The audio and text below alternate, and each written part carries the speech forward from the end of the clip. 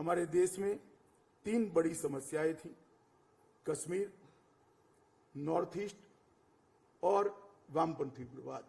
आज मैं आपको बड़े हर्ष के साथ कह सकता हूं, विश्वास के साथ कह सकता हूं, तीनों समस्याओं के समाधान के लिए ये 8 साल में मोदी जी ने बहुत परिश्रम किया है और देश बहुत कम समय के अंदर ये तीनों समस्याओं से निजात प्राप्त कर आंतरिक सुरक्षा की दृष्टि से अभेद और सुरक्षित बन जाएगा। और किसी भी देश का सम्मान,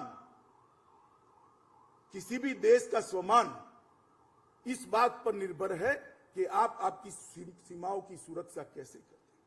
किसी भी सार्वभौम देश के लिए अपनी सीमाओं की सुरक्षा से बढ़कर कोई बात नहीं हो सकती। आर्थिक विकास होना चाहिए, बहुत जरूरी है। इंफ्रास्ट्रक्चर भी बढ़ना चाहिए, बहुत जरूरी है। अच्छे एजुकेशनल इंस्टीट्यूशन आने चाहिए, बहुत जरूरी है।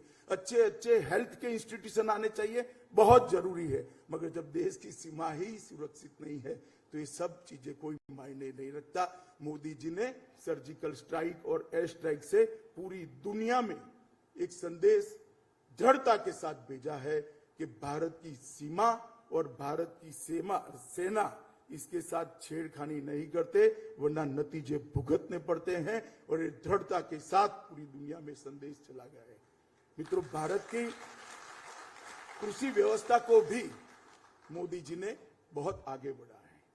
आज हम कृषि के क्षेत्र में, कृषि पहले जीडीपी में सबसे कम कंट्रीब्यूट करने वाला मानांक माना जाता था। मुझे पूरा विश्वास है 5 साल के बाद कृषि का जीडीपी भी देश में जीडीपी में कंट्रीब्यूटर माना जाएगा।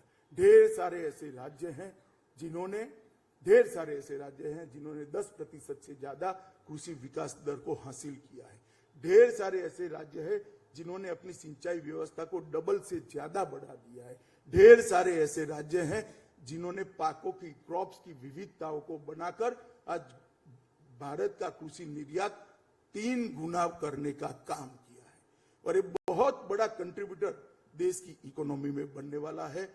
और मैं फिर से एक बार लोकतंत्र के लिए कहना चाहता हूं, पहले 2014 के पहले हमारे देश के लोकतंत्र को 3 नासूर बहुत समय से परेशान करते थे: जातिवाद, परिवारवाद और तुष्टीकरण।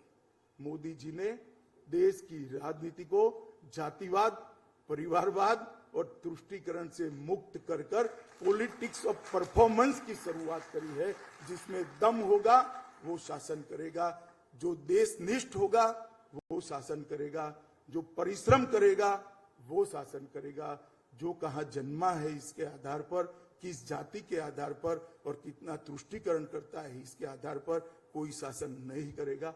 और देश की जनता ने मोदी जी की ये नीति को स्वीकारा है और स्वागत भी किया है।